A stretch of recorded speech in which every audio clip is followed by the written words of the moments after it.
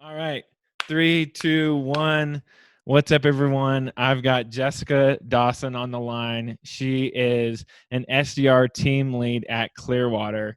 How's it going, Jessica? I'm doing great, Mark. How are you? I'm fantastic.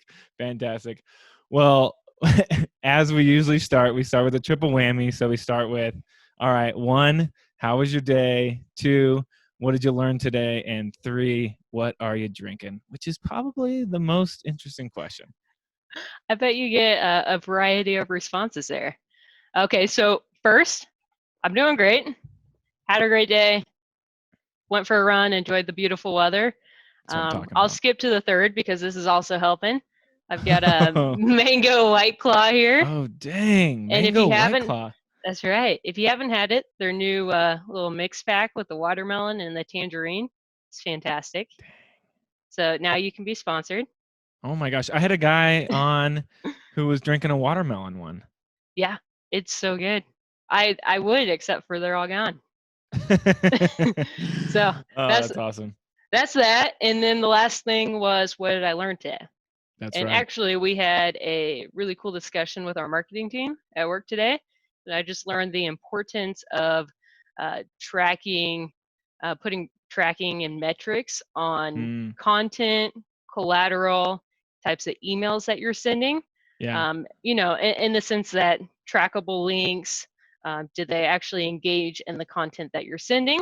And Yeah. also, did it come from the sales team? Did it come from an Oh, that's cool. automated email from marketing? Yeah. Where did it come from so that we can identify the most effective way to target our prospects moving forward Yeah. and figuring out the right voice for the content that we're sharing. So Mm. I knew we did it.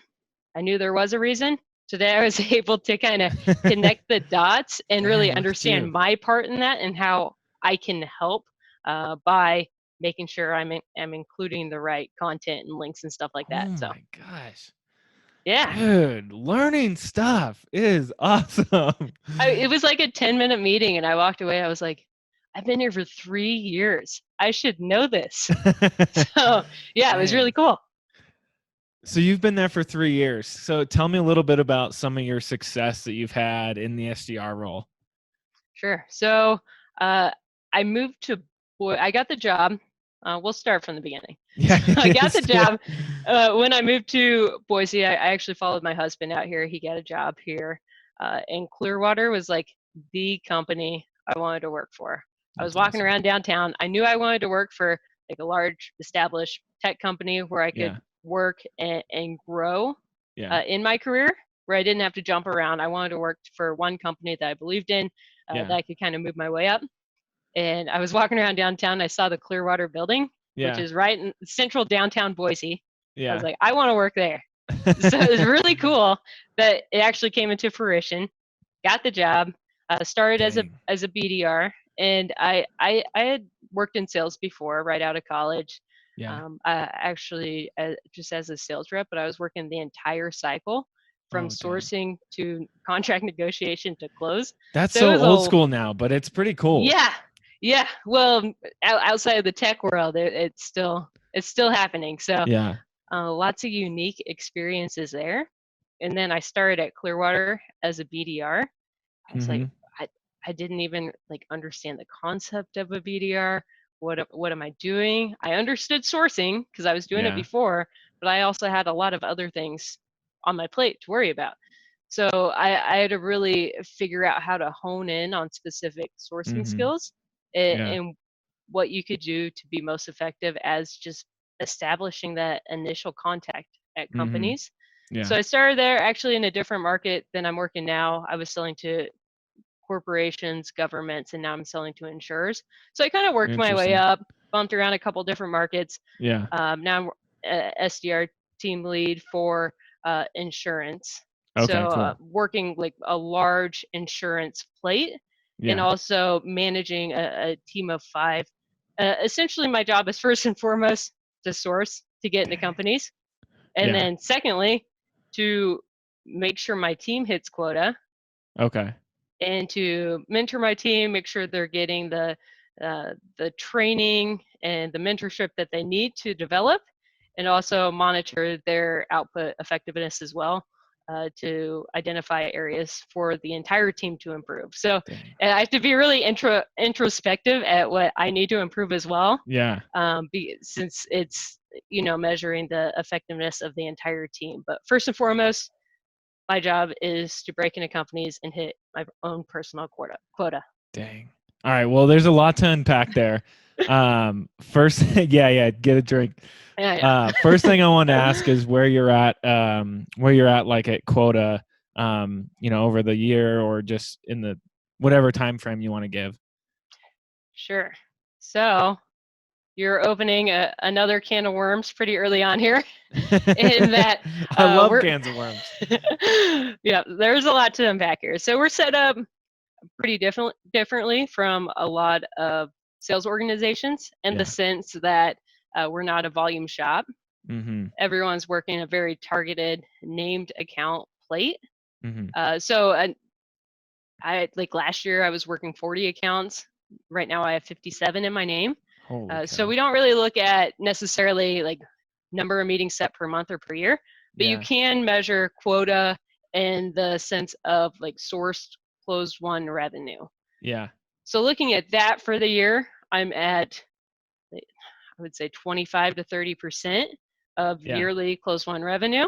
And Okay, before got you it. think anything, I'm feeling really good about this spot because our biggest quarters are Q3, Q4. Yeah. And if I apply our historical close won rate, I have the pipeline sourced to help get my AE closer, whatever you will, to quota. So I'm feeling confident in that. To put it into perspective, last year when I was working like 40 accounts, I broke it. I actually set new meetings with about half of them. Oh my So that's a gosh. pretty good like conversion ratio of these You have companies. the hardest SDR job I've ever heard. I'm serious. I'm It's not so even different. kidding. Hey, it's why I'm still here after 3 years. It's so much fun. I've absolutely never heard of any SDR that has 40 accounts. That is absolutely insane. And to me, it sounds impossible. Like, honestly. Yeah, it's super unique. You have to try new things. You have to be creative. It's a lot of research. Yeah. But it's cool. Oh my gosh. All right. So kind of break it down to me. What are some of the keys to your success to get that 20 out of 40 or to really hit that yearly quota? Mm-hmm. So I would say probably 3 different things Okay. that I do to be successful and that other successful SDRs at my organization do. Yeah. First and foremost, it's research. Okay. 50% of my time is simply researching the accounts, the contacts. 50, did you say 50% of your time? Close, yeah. Okay, break that Ideally, down. What if that was if I had my way, it would be like that every single day. Obviously, Oh my there's meetings gosh. and stuff that come up, Yeah. but if I have a day that the meetings are light, it's going to be like the majority of my day is researching. All right. So what kind of research are you doing? And that's my first question. Number 2, how do you not get burned out doing that much research on that little accounts for so long? So we'll start with the second question before I forget, and it's having a team to work with, That's cool. being able to bounce ideas off of people. Because if it was just me alone all day long in front of my computer screen, you're right, I would probably go crazy. Yeah. Wouldn't be able to focus, would lose interest. Yeah. But I come up with a great idea. Yeah. I'm going to call my closer or a fellow SDR and kind of talk it through like, hey, do you think this is a good idea? How should we go about this? And the collaboration is what helps you kind of keep going in a Oh my time where gosh. you could, just get stuck in the monotony of, Yeah. searching through the internet and stuff like that. So That's so insane. All yes. right. So So yeah, what I'm what's the researching. research? Okay. First, when I get an account, which we do some like plate shuffling into the year, but some accounts I'm working, I have been working for a year and a half. Sometimes it takes that long. But when I get a new account, I'm going to learn everything about past conversations that may have happened, the company itself, Yeah. reading online about what they're doing. You can glean a Mm-hmm. lot through like annual reports, learn about their current initiatives, Yeah. and because then you can kind of see where we fit into the puzzle, right? Yeah. And Is there something within the annual report that you look at? I've read through annual reports. I must say it's probably the most boring thing that you can do on earth. Probably pretty fun for you. But is there something that you're looking for inside the report? I know there's a lot like K and L and M. Fun is a stretch. I am looking at new initiatives, specifically financial reports, anything I can glean about, because we're a financial investment accounting software, which, it's, super exciting stuff. I'm pretty excited. Yeah, so I'm looking at financial reports, anything in there that might say anything about mergers and acquisitions. Yep. If they have a big change like that coming up, that's something that we can help companies with to streamline. Yeah. So I'm looking for relevant info to us, or maybe Yeah. just like a quote from an executive about, Mm-hmm. hey, this year we're focused on investing in technology, because then I can start to share, here's Clearwater's technology, here's the Yeah. challenges that we solve, here's what Mm-hmm. it would do exactly for your organization, Yeah. and dig in that way.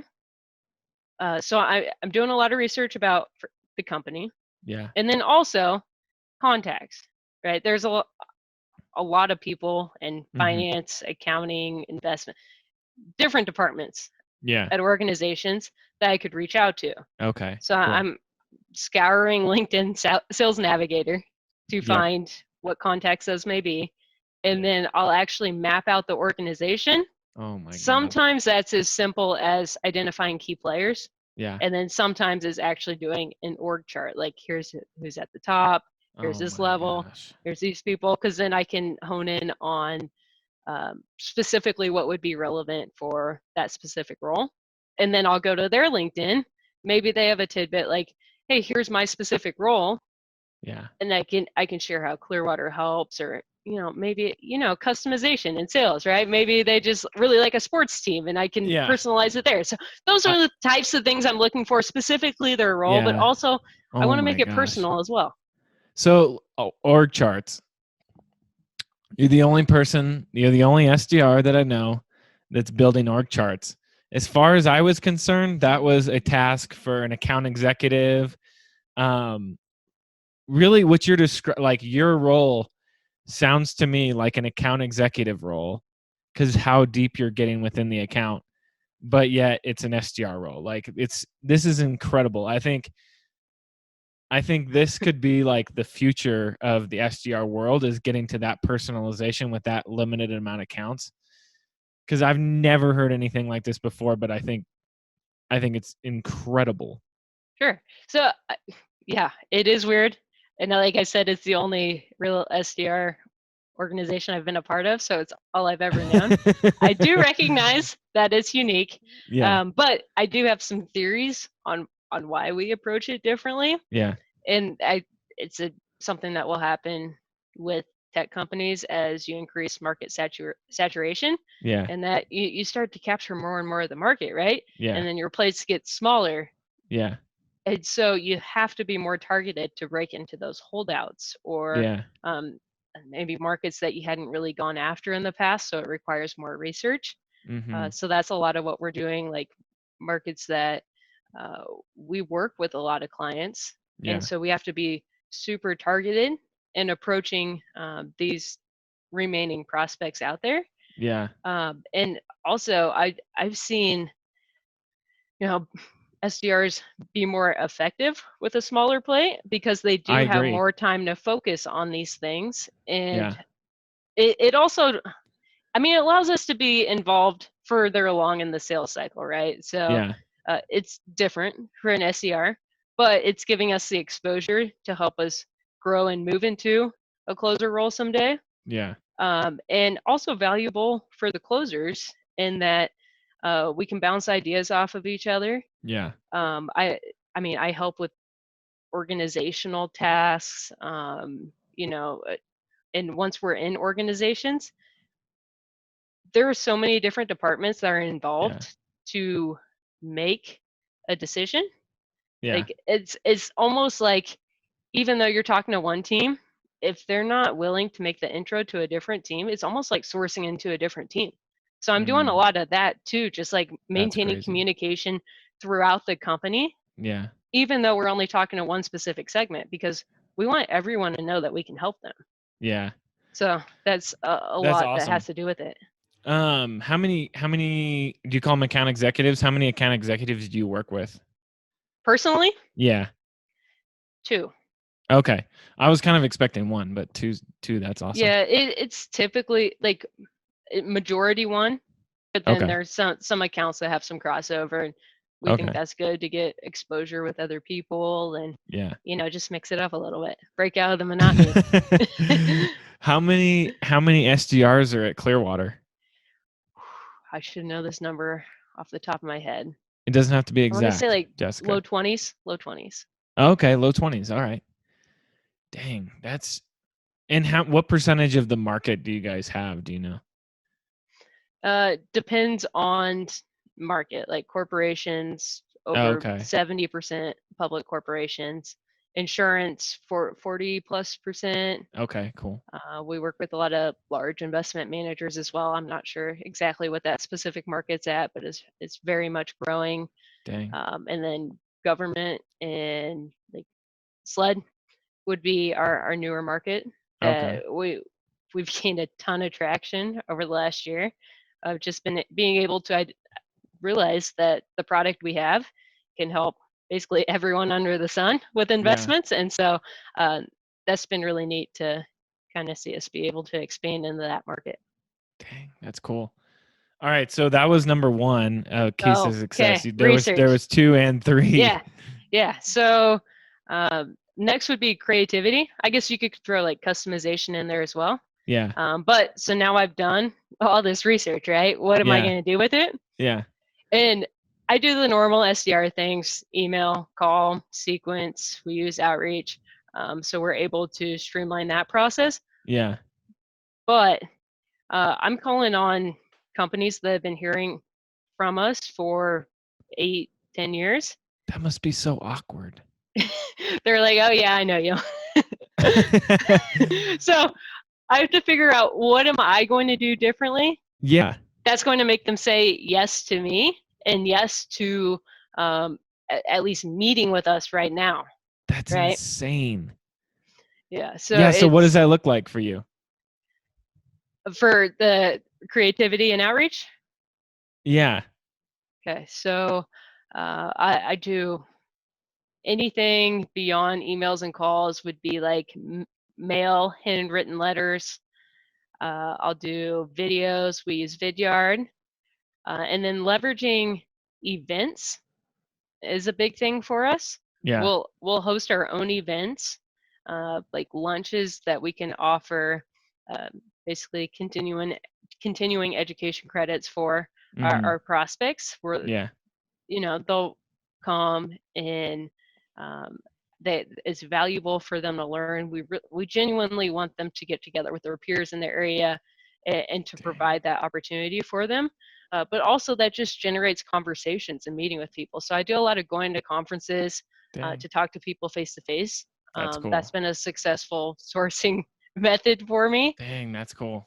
And then, gosh, beyond that, leveraging connections is the Yeah. biggest. I mean, every salesperson, I'm sure, would say that. Like the best way to get into a company is to have a connection or referral or something like that. Yeah, what does that mean for you though? Is that like an internal referral at the company or someone at your company? How does that work? Both, Okay. both. So I'm looking at all my colleagues, like, hey, are they connected with anyone in this company? I'm Yeah. looking at maybe it is internal and they referred me to someone there. Maybe it's a client that moved to a prospect, or vice versa, a prospect that moved to a client, Yeah. and we can leverage those connections um, based on their familiarity with Uh-huh. Clearwater. Yeah.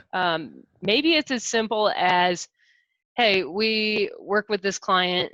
He really likes us. He's XYZ role.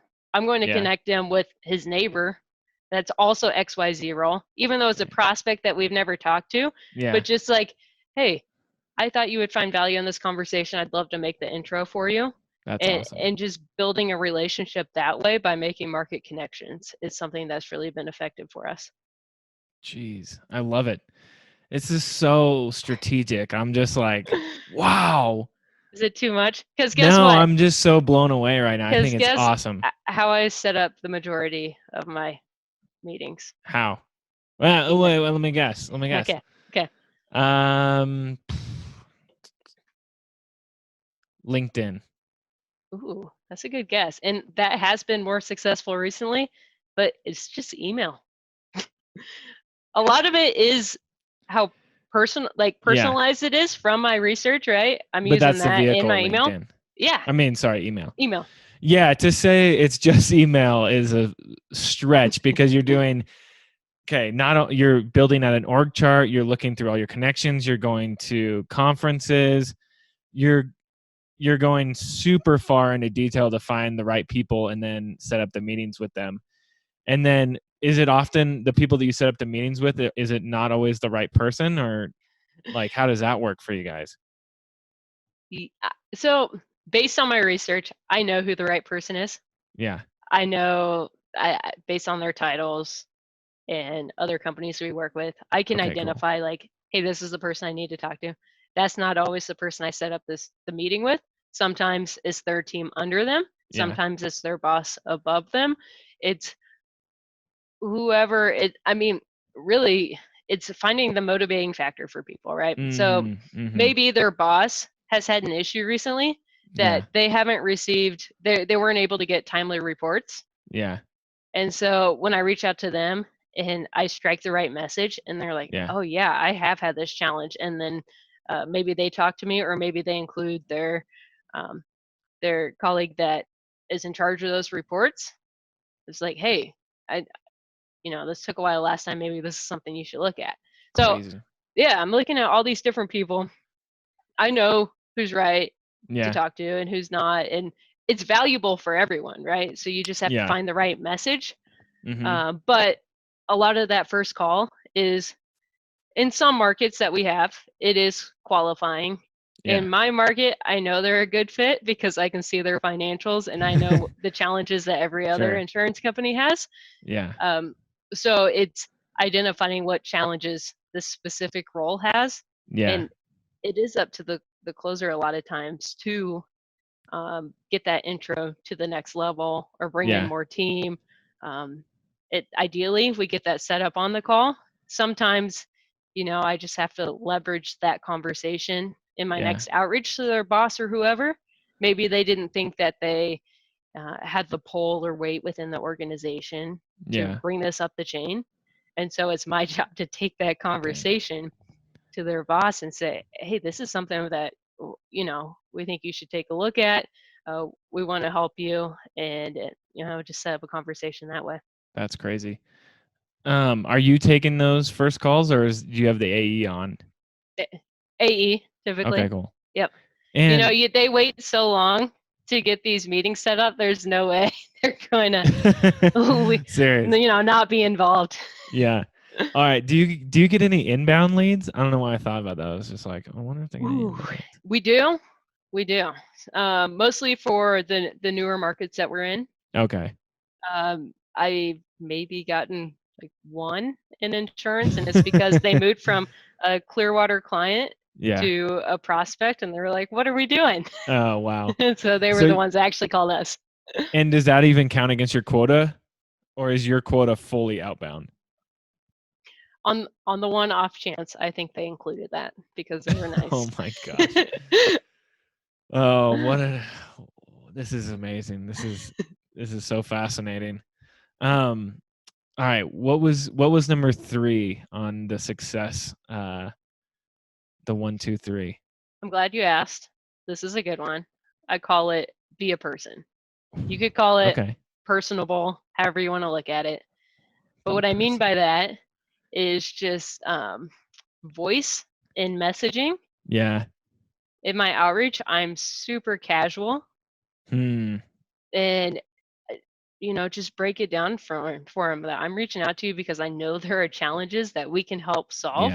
Yeah. All we want to do is talk to you learn Yeah. how we can address those challenges, knowing that our sales cycle is sometimes 1 or 2+ years. Yeah. Like it really does just take one conversation to be able Mhm. to map out future conversations, Yeah. knowing whatever obstacles may lie in our way, whether that be like contracts or, they have other initiatives they're working on. Sure. We just want to have that conversation and know. And so relaying that I'm reaching out in their best interest, one, to be Yeah. a resource for them, two, just to have a conversation to share how we can address some of those challenges, whether that be now or in the future.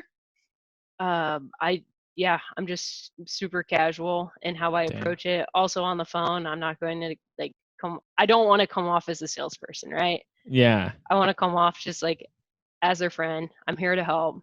That's so And cool. that's what's been most successful for me. Dang. What does your tone sound like? Not cold call, because we're not gonna do that. Oh, But thank you. just like I'm oh, off the okay. clock. No, I'm kidding. But like in an email, like what does your tone sound like? Do you use like a hey instead of a hi? Yeah, Um, sometimes. Haze, okay. I will use smiley faces. I You're an love smiley emoji. You're an faces. emoji Well, lady. okay. I may have ventured into the winky face a couple times, but I don't Oh, recommend that. Don't recommend it. I switched it back to the smiley face. oh, what happened when you went with the winky face? I don't think it generated a response. I don't know. It got a little weird. It's a little Was unsure. the prospect a male or a female? I think a female. I wasn't bold enough to use it on a male. That could come across a couple different ways. But Yeah. So there's that. Super casual. And sometimes you got to go out there though on a limb. You got to try stuff. at, I'll at love it. points, I will try anything. Yes. Um, yeah. And I'll identify maybe what may be going on Yeah. based on what I know about their organization. Like Yeah. if it's month in, I know they're super busy. So I'm going to address that. Like, hey, I know you're swamped right now with month Mm, in. Like, would it be unreasonable to get together later this month or next month? mhm. And the times that people are like, they'll throw out, oh, sure, how about next week? And I'm like, Yeah. I said later this month or next month, okay. But you just like took off the pressure, right? So they Yeah, don't feel totally. pressure like, hey, do you want to talk next week? They're like, okay, sure. Yeah, if it's casual like that, like you're just gonna throw out some time. I Oh have 15 man. minutes next week. This is so good. Okay, so this is why I love this podcast, because I've been hearing so much lately of like, do you have some time Thursday? Like that's the CTA that everyone is supposed to use. But you're over here saying like, do you have some time over the next couple months and we can have this conversation? I'm like, what? That's awesome. This is real life stuff happening right here. I have been known to set up meetings like 4 months in advance. They'll be like, I'm too busy right now. We can connect, and they'll throw out like this summer. I'm like, okay, I'll throw a calendar invite out there. We can always adjust as it gets closer. Yeah. And like 90% of the time, we actually talk to them. No way. That's Yeah, an amazing tactic. All right, so a prospect says reach out to me in like 4 or 5 months, and you just put it on their calendar from like a month out as a placeholder. But then yeah, you don't. But then if they don't adjust, you just go with it. yeah. There is a with them for them, and it's that, hey, I'm not going to reach out and bug you multiple times between now Okay. and then. So it's more so like, hey, just for organizational purposes, I don't want to like Yeah. catch you during a project when I call in or anything like that. I'll just throw out some time, let me know if we need to adjust. Oh my gosh. Okay, so when you get up to that point, do you send an email saying like, "Hey, do you need to push this out," or do you just go with I go it? with it. Oh, it's People, so good. I'm like this. People are like this. They live and die by their calendar. Yeah, totally. So like I'll sometimes my calendar will go off, hey, you have a meeting in 15 minutes. I'm like, okay, I'm gonna join that meeting in 15 minutes. I have Yeah, no idea what it is. yeah. But people are like that. That's so smart. I love that. And I love your approach because it's so conversational. Like it's so like not in your face, and it seems really like, okay, you did say be a person. That was number 3. But I'm feeling that right now. Like I'm getting that vibe. I appreciate that. So on the phone, how do you approach like a phone call with that same conversational approach? Phone calls are a lot harder to do it because they have to allow you the time to do it, right? If they're just Yeah. like, no thanks, bye, Yeah. then, so it's very important in the beginning not to come off as a salesperson. Yeah. What does that mean? So it's like, hey, I don't want Because to you're a take up, salesperson. I am, but I also want to help them. Yeah. So it's like, hey, I don't want to take up your time now. Just wanted to see when we could set up a few minutes to chat. Mm-hmm. Dang. Sometimes you get them there. Sometimes you have to follow up.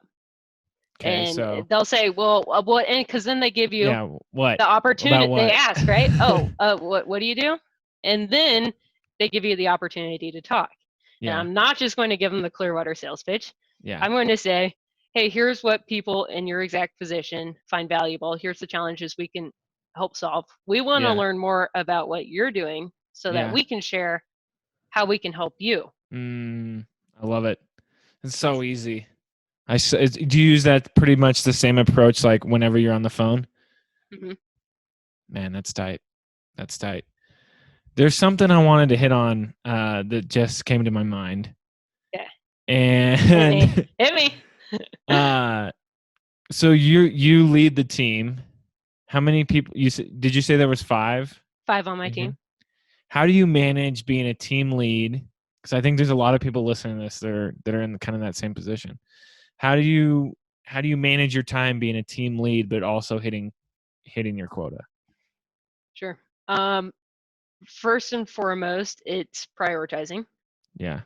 And I understand my priority list and what's Mm-hmm. most important. And I'm going to focus on what's most important rather than what's getting thrown at me for the day, which I try to do that. It doesn't always work out exactly how I'd like, but I do get things coming in, right? Responsibilities, creating a report, analyzing something, helping someone, and those are the things I love.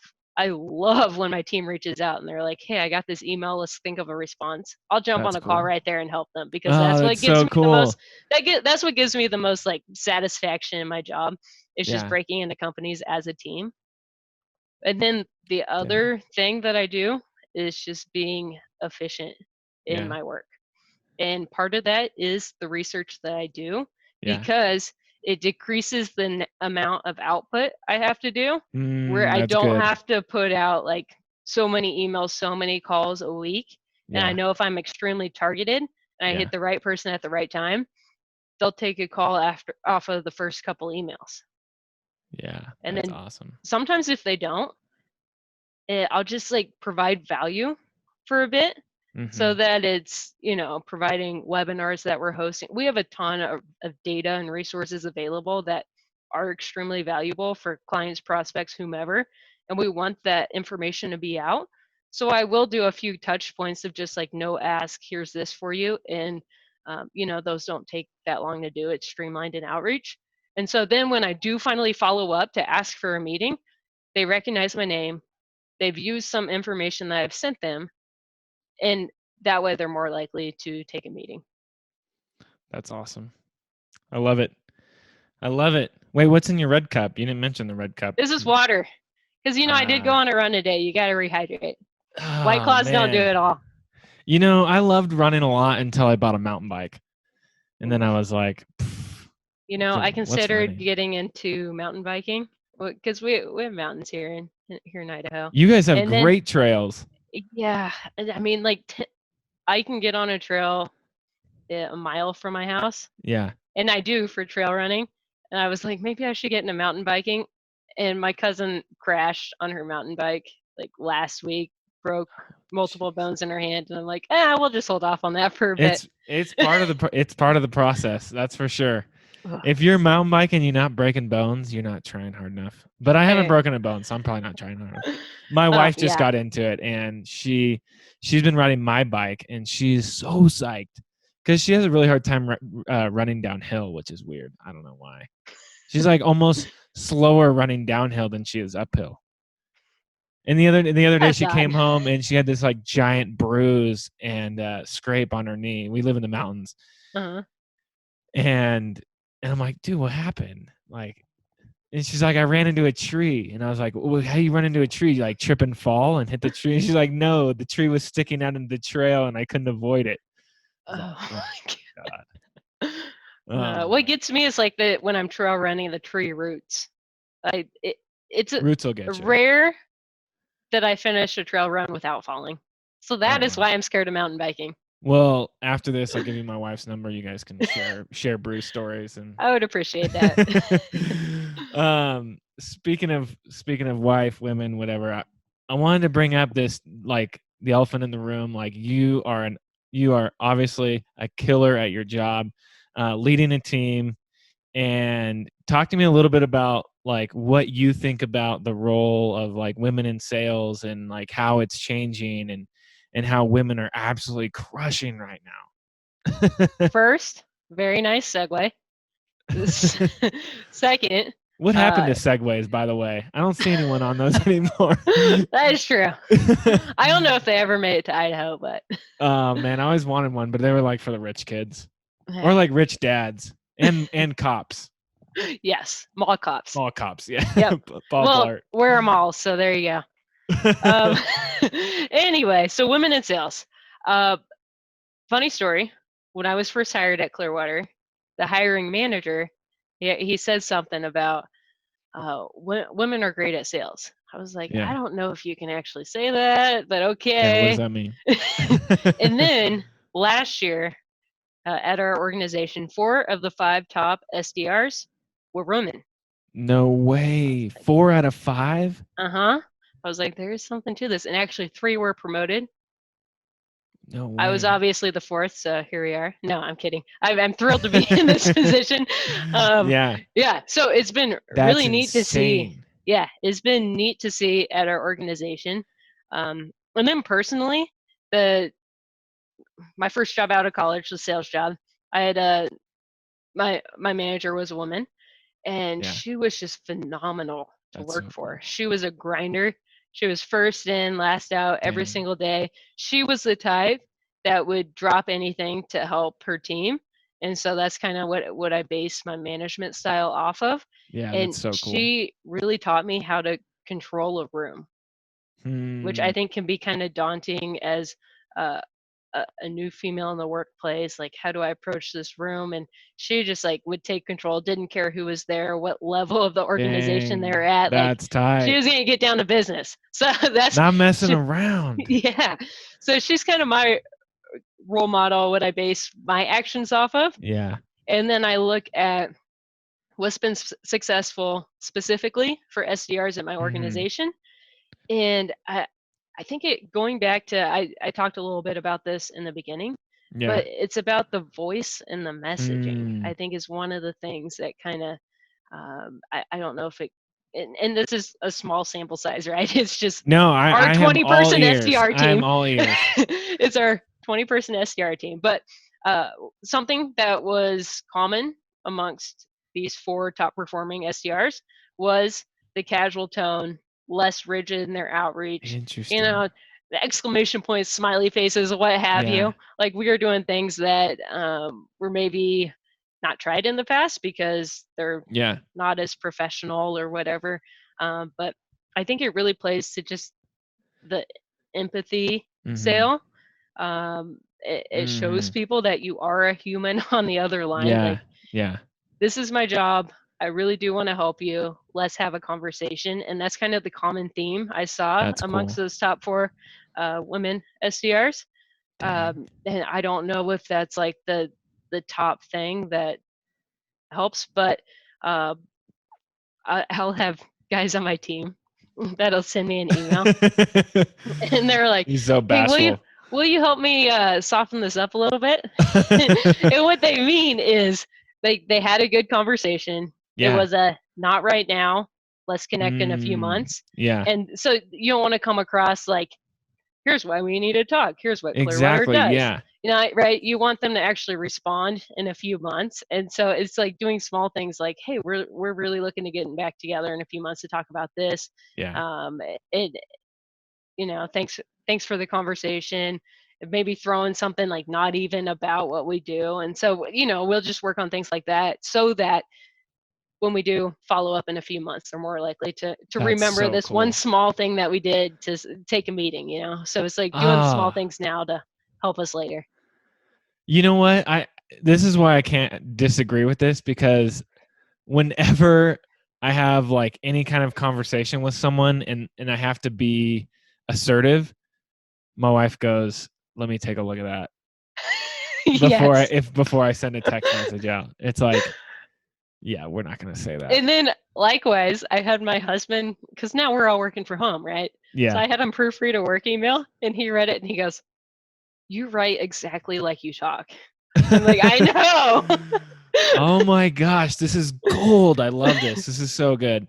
Um, yeah, wouldn't it be cool if there was just as many women in sales as there are as men? I don't know the numbers. Like, I could be wrong. There could be more. I don't know. But it just seems like there's more white dudes like myself than any other people in sales. And to see the rise of like women in sales, I think is so cool, and like just like crushing it. It is cool. And the AE I'm working with, who is phenomenal, will kick quota out of the water this year. Dang. She's a woman too, and she's awesome to work with. Gets Wow. her stuff done, knows exactly what to do. It's Dang. awesome. Can I ask you a weird question? Sure. Did you sell Girl Scout cookies when you were a kid? I did. Oh my gosh, I knew I was right. I've had this theory for years that Girl Scout cookies are the segue to amazing women in sales. It's someone above, someone's making this trickle down policy, but this is the future, and it starts with Girl Scout cookies because they are relentless and they sell amazing products. That's right. Yeah, I was a Girl Scout, went out, sold the cookies, and I'm competitive, so I always Yeah. wanted to sell the most. And I'm sure my parents hated me because I was like, nope, we gotta go out, and I wanted to be out all day No selling way. cookies. Oh Yeah. my gosh. Are you gonna have, if you have a daughter, are you gonna make her sell Girl Scout cookies? Well, probably because Girl Scout cookies are great. You just want them. Oh my gosh, this is awesome. Do you have like a, we're talking about people that you look up to. Do you have a mentor or somebody that you look up to for advice kind of on a daily basis, or just someone that has kind of helped you get to where you are now? Ooh, that could be a couple different people. I gotta think about this. Okay, so I mean, the people that got me to where I am now, that Yeah, would be my parents. They instilled discipline, hard work, dedication, that's awesome. kindness, all the things that help me in what I'm doing right now. Yeah. So I would say them. And then professionally, uh, my first boss was a huge influence. And, Mm-hmm. if I reach out at any time, she'll drop whatever she does to Dang. help me. So that's awesome. And then currently, uh, my boss is huge in helping me lead the team to success, Yeah. making sure we're looking at the right metrics, evaluating the right things, basically making sure we have a process in place to help us be successful. Yeah. So maybe I'm the one implementing that, but he can look big picture, like, hey, have we thought Mm. about this? Have we thought about this? Have you talked to this person? And Mm-hmm. so he's really helped me in the leadership capacity. That's cool. And then in terms of learning just sales process, sales cycle, questions to Hmm. ask. That would be the AE/closer I work with, Calendra. I gotta give her a That's shout cool. out because I know she's gonna Yeah. watch this. Yeah. And so Who's your old boss too? You got to give a shout out to her too. Julie and I, Julie was my old boss, and then Brian Slattery is my current one. So Dang. Slats, call him Slats. Um, Slats. What a legend. Slats. Go hire some more women. oh, our team would be the team with the most women. He knows. He knows. So then, yeah, Calendra I work with, and she's awesome. She's Yeah. comes in every day like, hey, have we done this? Have we reached out to this person? She helps me in prospecting Oh because she's man, that's built so helpful. relationships with these people over the years, and she Yeah. she comes up with new, unique ideas to try. Yeah. So we're really a team, and I'm helping her further along in Dang. the sales cycle That's as well. awesome. And yeah, it's cool. That's so cool. Um, Tell me about your background a little bit. How'd you get into sales, and like what's your story? So growing up, I mentioned I was competitive. That a lot of that has to do with sports that I played. I did soccer, basketball, cross country. Actually chose to do cross country in college Okay. and track. So I went to a Division II Dang. school in Missouri, Northwest Missouri State. Shout out Bearcats. That's Uh, awesome. yeah, so it was an awesome time. Just I was going to school, I was working, I was running. There's a lot Yeah. going on, and being able to focus at each Yeah. of those things and do well at each of those things helped me to be very organized. And then just my competitive nature from running and wanting to work hard to grow, to develop, and to be the best that I possibly can Dang. naturally led me to sales. Now, how I stumbled into sales is kind of funny. It starts with when I was applying to college, I was applying to the university I eventually selected, and I Yeah. couldn't find undecided as a major. So I was like, well, business sounds pretty good. Yeah. So I get into business. I couldn't find undecided. I get into Oh, it's so business. good. Yeah, yeah. So I'm taking all these classes. Like, this is pretty nice. I like these. They challenge me. I like to learn about this. It comes Yeah. naturally to me. And then I had enough credits where if I just added 4 more classes, I could get a marketing degree as well. And at the Yeah. time, I loved learning about marketing. I was like, this is what I want to do. I'm going to go into marketing. And so, first job right out of college, they're like, yeah, it has some marketing. I'm like, great, I'm going to get experience. And I jump in, and it's just like a full-fledged sales job. Like, Oh I my did a gosh. little bit of collateral here and there that was probably janky and didn't even look good, Yeah.